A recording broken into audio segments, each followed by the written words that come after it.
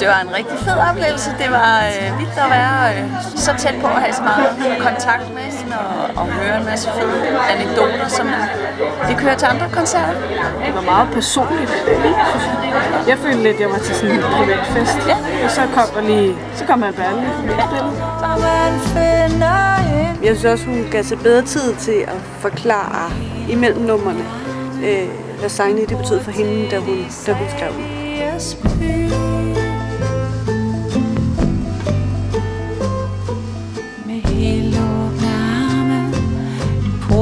Altså selvom det er så intimt, så er det også trygt nok til, at vi sådan tør synge med.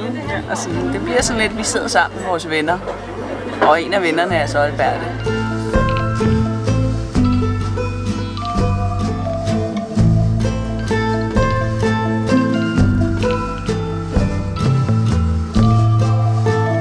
Alberte, hun er allemands eje. Jeg synes det også, at jeg kunne mærke i aften. Og også det der med, at børnesangene, som hun gjorde til voksensange i aften, det har jeg ikke sådan oplevet helt på den måde før. Jeg blev meget sådan, hvor jeg ellers forbinder det med mine egne børns sange. Og pludselig blev det noget, der var til for mig. Noget med det der med at sætte sig på skødet og turde gøre det.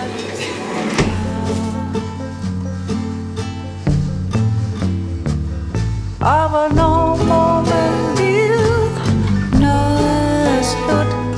Og hvornår må man finde en ny? Det er rart at kunne føre folk med ind i teksterne, også selvom de er fjollede, nogle af dem.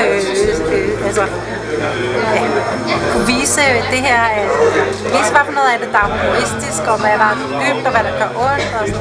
Og det er rart at være tæt sammen med publikum.